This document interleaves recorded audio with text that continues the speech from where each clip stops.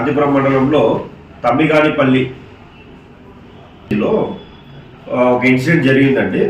అది వచ్చేసి వైరల్ చేశారు. ఇది ఒక పెద్ద ఆవిడని కట్టేసినట్టు వైరల్ చేశారు. ఈవిడ పేరు వచ్చేసి గంగమ్మ. ఈమె పేరు ఈ మునెమ్మ అని ఇంకొక ఆవిడ ఉంటుంది. వీళ్ళ భర్తకి మునెప్ప అనే భర్త చనిపోయాడు రీసెంట్ గా. ఇతనికి 2 భార్యలు, మునెమ్మ, గంగమ్మ అని.